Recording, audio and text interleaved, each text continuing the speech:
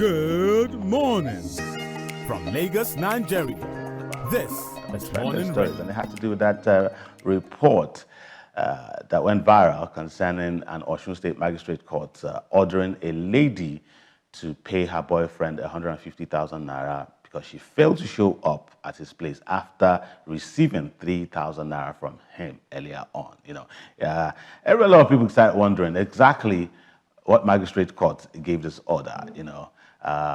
Trust, Nigerians' relationship stuff, boys were happy about it, men were happy about it, and some ladies were not, But then, well, it looks as if it's not entirely what happened or not the truth.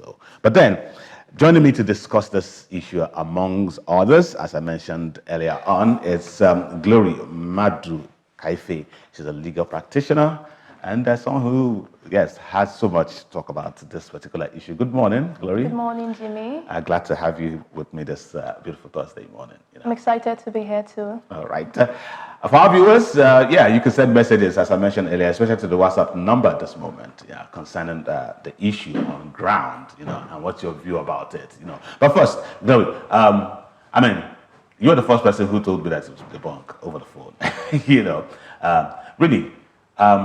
From your own investigation, what did you find out? Okay, so, after you had reached out to me, I reached out to a few friends practicing over there to know, okay, if it was possible to get hints on what actually happened. But aside that, there has been controversial reporting of these particular cases. For instance, Nation Online had published another thing saying that this particular case, that it was debunked by the Chief Registrar of the Osun State Judiciary. Right, so what it actually implies is that it's not something that is fully settled on right now. So in as much as there has been rumors, until it's been verified, at this point, it's something that is within public parlance.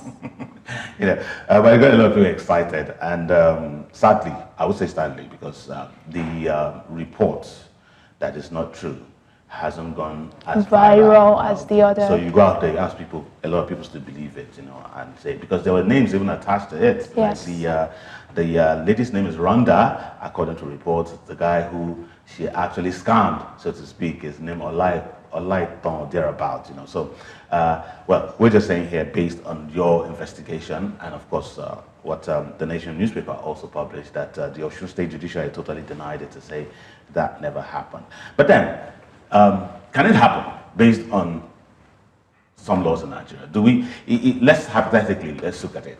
Okay. Yes. Is this something that can happen, and that if it happens, because several times we've seen it, we've seen boys complain about sending money to girls and they don't show up, or at a point sending money to them and they do. At the end of the day, maybe the relationship didn't work or anything. Based on that, do we have premises in this country to sue such a person?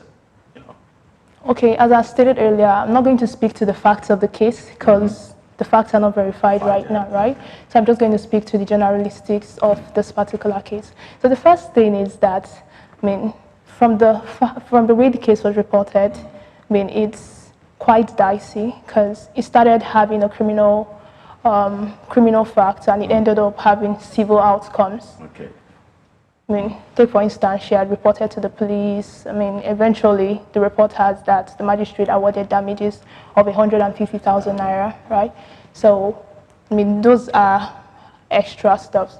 But the first thing I'm going to state is the fact that I'm going to look at it from the criminal aspect and the civil aspect. If you're looking at it from the civil aspect, the closest thing that can actually happen here is breach of contract or contract, right? But again, the law is based on facts and pieces of evidence. So these are things you would have to bring to the court. Okay. So before a contract is formed, you can't just tell the court that, okay, we have this contract, or that if a contract is formed, the court is actually going to ask for certain pieces of evidence. It's required for you to prove your case. First, there ought to be an offer. Okay. So you should show, okay, that he made an offer, come to my house. Then that she accepted. Yes. And these things can actually be shown by very simple conversations, maybe WhatsApp, chats, voice messages. Okay. Certainly, you would have to tender it the appropriate way, right? So aside that, it will show that she accepted to come, and the consideration, right? From the media reports we have, it was stated that the payment was 3,000 naira. Yeah. So there should actually be proofs, okay, that I gave you a consideration of 3,000 naira to come. But aside of acceptance and consideration, another thing would be intention to create legal relations. So I'm just trying to talk about the things that, you know, ought to be proven, because the guy can't just allege and say that. I gave you. Yes, he can't just allege and say you breached my contract. But when you talk about contract, usually when you talk about contract, a lot of people look at the written document and the rest, you know.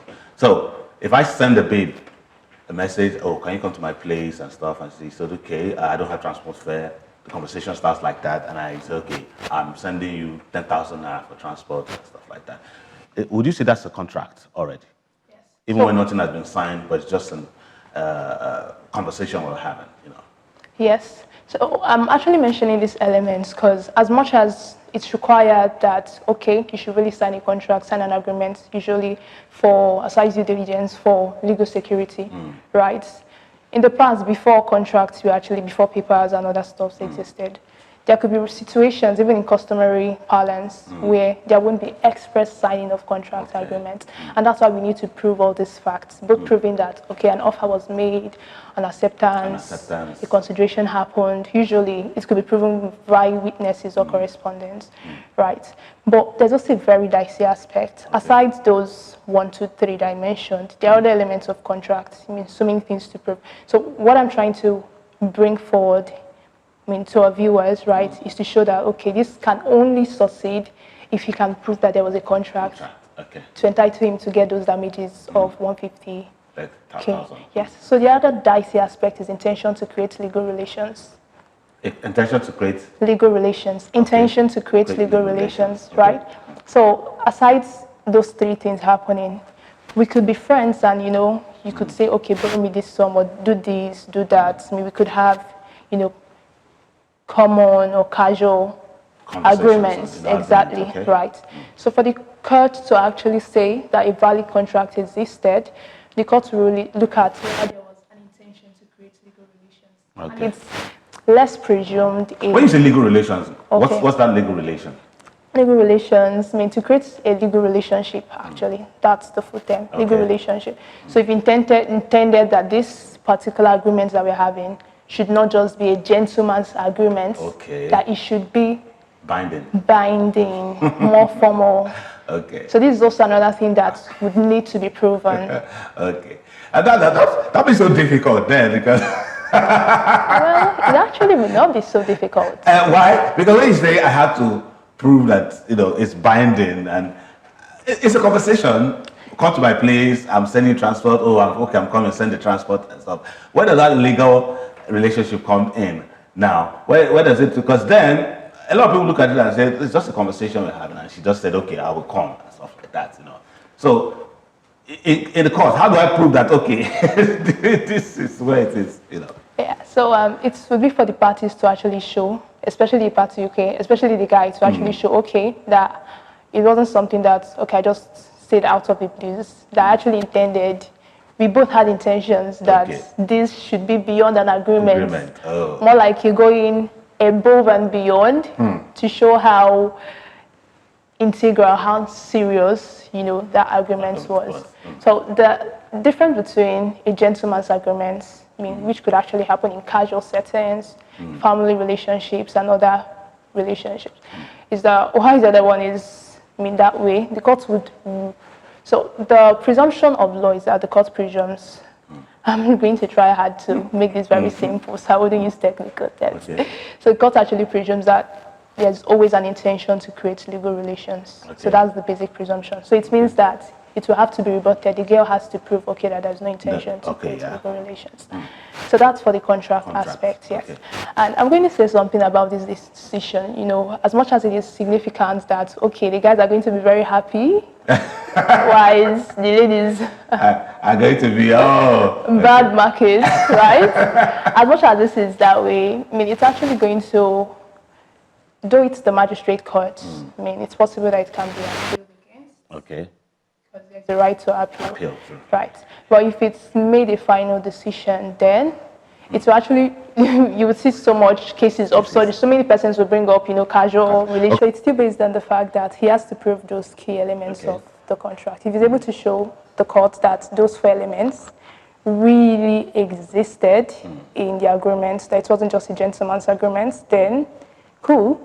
But if he's unable to, and that's actually where the ladies are coming, right? So she could say so many things. I mean, there could be 3,000 naira transfer.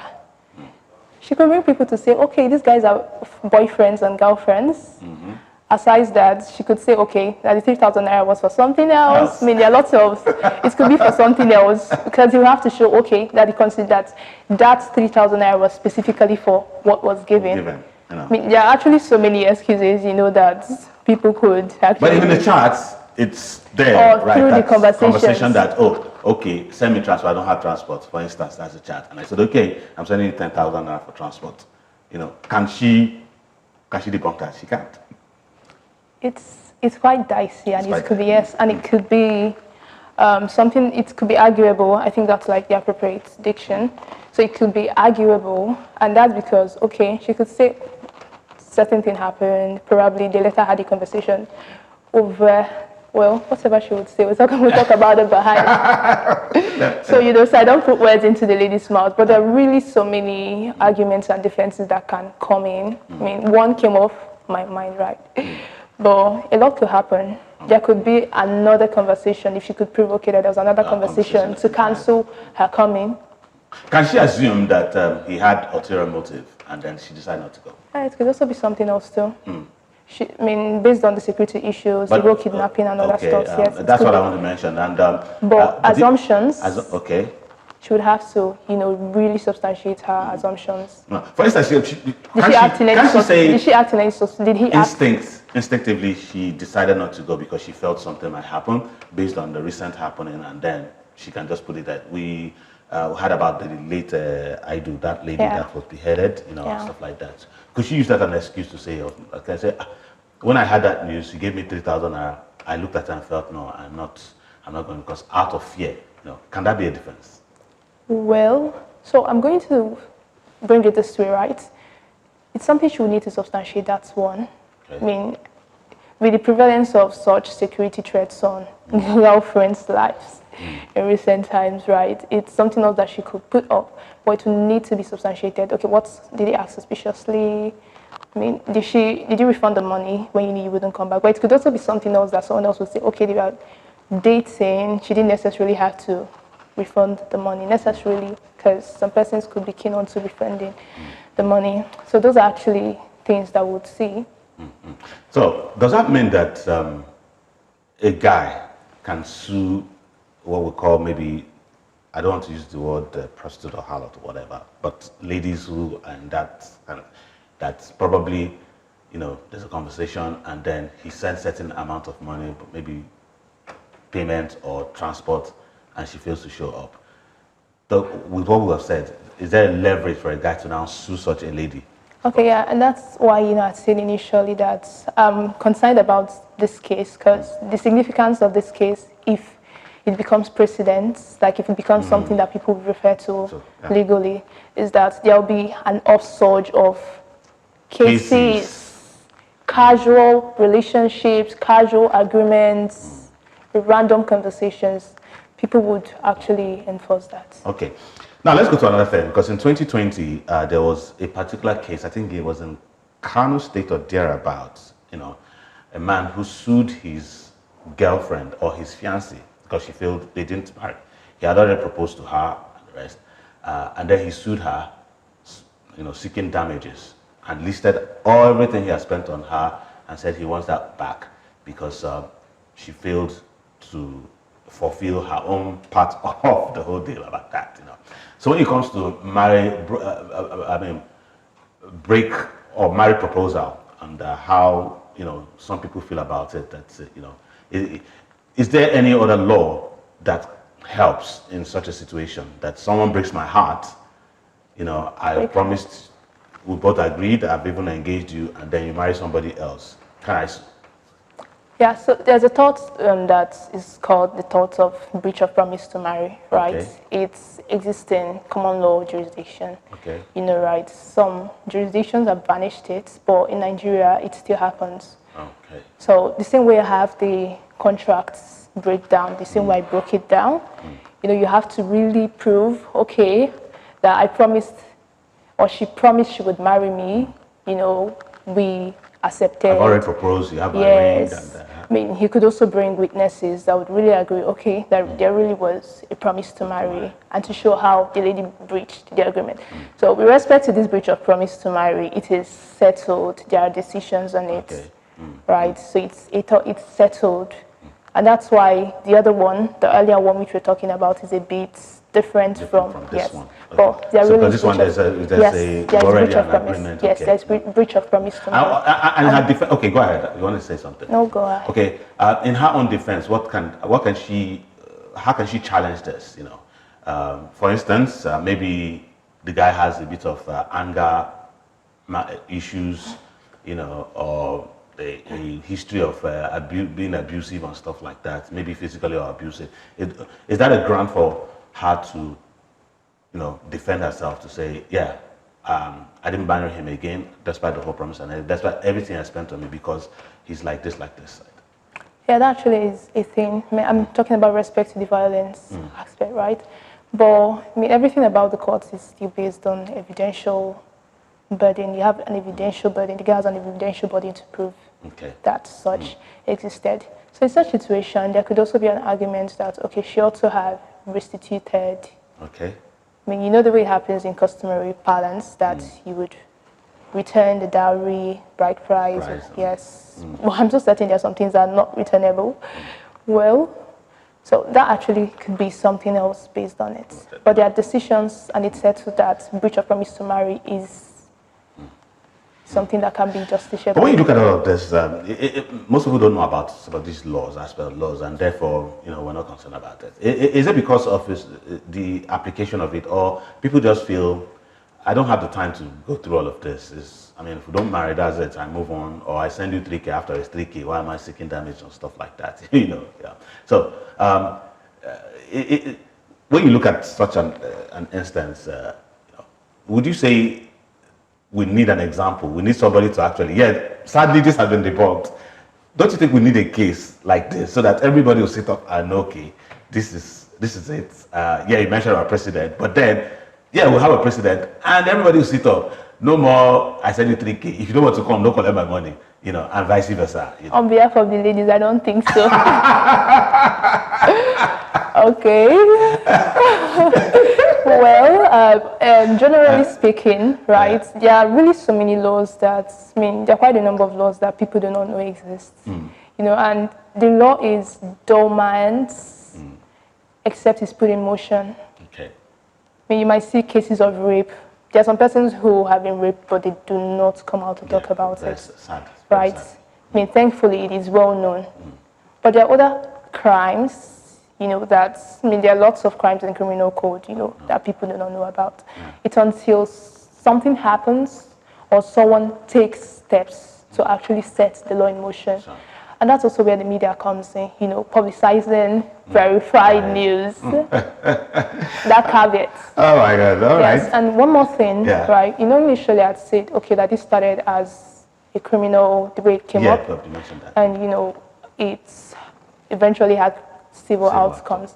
Yeah, I wanted to comment about the damages, because I've seen so many things online about, okay, is 150k not so much for, I mean, 100k then 50k the cost, is it not too much for 3,000 and, you know, all those stuffs. But that really is, you know, depending on what the guy proved, he could say, okay, that he lost income when she did not come, or he had emotional distress, you know, all those damages. I'd like to hear the ladies, right? I'm just waiting for them to come back for you guys. But with respect to the criminal aspects, I mean, if it's really from the damages, it didn't go through the criminal aspects. But there could be thoughts of misrepresentation, that's still based on civil, but it's based on proofs. You have to satisfy, okay, that the elements of what you ought to prove happened, the misrepresentation happened. Criminal aspects to the Advanced Fee Fraud Act, You know, it contains section 1 should be section 1, sub 1, right? So it contains elements that, you know, if someone obtains a particular property or money from someone else based on a contract, that particular section has based on a contract. Okay.